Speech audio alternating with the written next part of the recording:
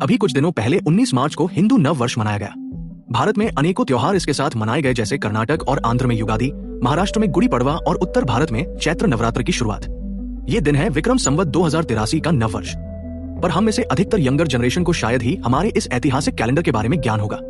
हम ग्रेगोरियन नव वर्ष पर तो सबको विश करते हैं और स्टेटस इत्यादि डालते हैं, पर इस हिंदू नव वर्ष को हम सही से नोटिस तक नहीं करते। पंचांग या भारतीय कैलेंडर की बात आने पर हम अक्सर यही सोचकर कंफ्यूज रहते हैं कि हमारे त्योहारों की डेट हर साल बदल क्यों जाती है। होली पिछले साल 2025 में 14 मार्च को मनाई गई थी, इस साल 4 मार्च को है, यानी कि 10 दिन पहले। वही दिवाली जो पिछले साल 20 अक्टूबर को थी, वो इस साल 8 नवंबर को है, यानी कि 18 दिन बाद में। कंफ्यूजिंग है ना? इस वीडियो में हम विस्तार से समझेंगे कि भारतीय कैलेंडर या पंचांग कैसे काम करता है। आपके मन में इस कैलेंडर को लेकर जितने भी सवाल हैं, वो दूर हो जाएंगे। शुरू में एक डिस्क्लेमर, ये पूरी एक्सप्लेनेशन सिर्फ विक्रम संवत के बारे में है, पर भारत के बाकी कैलेंडर भी लगभग इसी पैटर्न को फॉलो करते हैं, सिवाय कुछ अंतरों के। हम देखेंगे कि कैसे विक्रम संवत ग्रेगोरियन कैलेंडर से अधिक उन्नत और साइंटिफिक है। तो चलिए शुरू करते हैं। दुनिया के अधिकतर कैलेंडर या तो केवल सूर्य आधारित होते हैं या केवल चंद्रमा आधारित। जो अंग्रेजी ग्रेगोरियन कैलेंडर हम फॉलो करते हैं वह सूर्य पर आधारित है, पर विक्रम संवत एक लूनी सोलर कैलेंडर है, यानी यह सूरज और चांद दोनों को साथ लेकर चलता है। हमारे जो त्योहार हैं वे इस कैलेंडर पर हर साल उसी दिन मनाए जाते हैं। राम नवमी हर साल चैत्र महीने के शुक्ल पक्ष की नवमी के दिन ही मनाई जाती है। दिवाली हर साल कार्तिक महीने की अमावस्या को ही मनाई जाती है।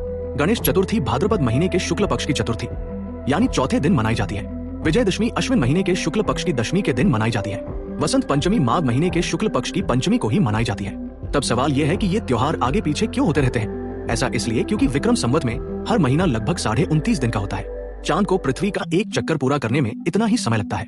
नया साल चैत्र महीने से शुरू होता है, इसलिए 19 मार्च को युगादि मनाई गई थी और इसके 9 दिन बाद 27 मार्च को रामनवमी। पर 29.5 दिन जोड़ने पर साल के सिर्फ 354 दिन ही होते हैं, यानी सोलर कैलेंडर से 11 दिन कम। अगर सिर्फ ऐसा ही रहता तो हमारे त्योहार हर साल 11 दिन पीछे खिसकते। वसंत पंचमी पीछे जाते जाते पहले जनवरी में आती, फिर दिसंबर में, और इसी तरह पीछे जाती रहती।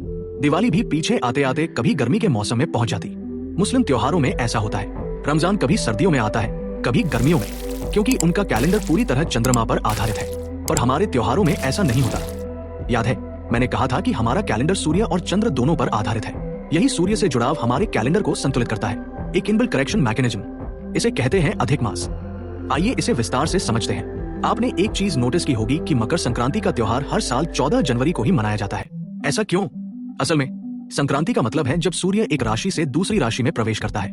मकर संक्रांति के दिन सूर्य धनु राशि से मकर राशि में प्रवेश करता है। मकर में प्रवेश के साथ ही सूर्य की 6 महीने की उत्तर यात्रा शुरू हो जाती है, इसलिए इसे उत्तरायण भी कहा जाता है। विक्रम संवत के हर महीने में भी सूर्य एक राशि को अवश्य पार करता है, पर क्योंकि इस कैलेंडर में सिर्फ 354 दिन होते हैं, हर कुछ वर्षों में एक ऐसा महीना आता है जिसमें सूर्य किसी नई राशि में प्रवेश नहीं करता। तब उस महीने को 2 बार जोड़ा जाता है, जिसे अधिक मास कहते हैं। 2026 में ज्येष्ठ महीने में सूर्य वृषभ राशि में ही रहने वाला है, बिना किसी संक्रांति के। इसलिए इस वर्ष 2 ज्येष्ठ महीने हैं, एक अधिक ज्येष्ठ 17 मई से 15 जून और निज ज्येष्ठ 16 जून से 13 जुलाई। इस कारण इस साल हमारे कैलेंडर में 13 महीने हो गए।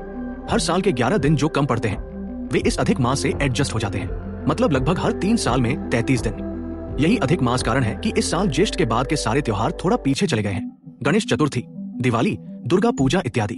इस वजह से हमारे त्योहार लगभग हर साल उसी मौसम और उसी समय में बने रहते हैं। हर 3 साल में होने वाले इस एडजस्टमेंट के कारण पिछला अधिक मास 2023 में अधिक श्रावण था, इस साल अधिक ज्येष्ठ है और अगला 2028 में अधिक वैशाख होगा।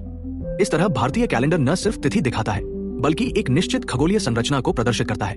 कुछ वर्षों में मकर संक्रांति 14 जनवरी के बजाय 15 जनवरी को भी हो सकती है, क्योंकि वह अभी भी सूर्य के उत्तरायण को ही दर्शाएगी।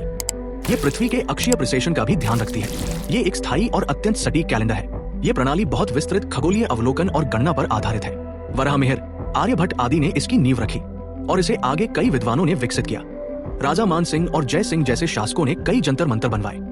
दिल्ली, जयपुर, उज्जैन और बनारस में इन स्थानों पर ऐसे यंत्र बनाए गए थे जो न केवल सही समय बताते थे बल्कि सूर्य और चंद्रमा की सटीक स्थिति भी गणना करते थे। अगली बार जब भी आप अपने त्योहार मनाएं तो एक बार अपने हिंदू कैलेंडर को ध्यान से जरूर देखें।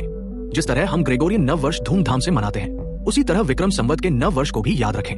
अगर आपको ये वीडियो अच्छा लगा तो वीडियो को लाइक करें, कमेंट करें और चैनल को सब्सक्राइब अवश्य करें। हम इस चैनल पर भारतीय इतिहास की ऐसी टॉपिक्स पर चर्चा करते हैं जो हमारे हिस्ट्री बुक से पूरी तरह मिटा दी गई है। हम हर हफ्ते एक लाइव सेशन भी करते हैं जिसमें आपके सारे प्रश्नों का उत्तर और हफ्ते की टॉपिक्स पर चर्चा होती है। इसीलिए चैनल को सब्सक्राइब करें ताकि हमारे आगे के कंटेंट देख पाएं। मिलते हैं अगले एपिसोड में, तब तक के लिए धन्यवाद।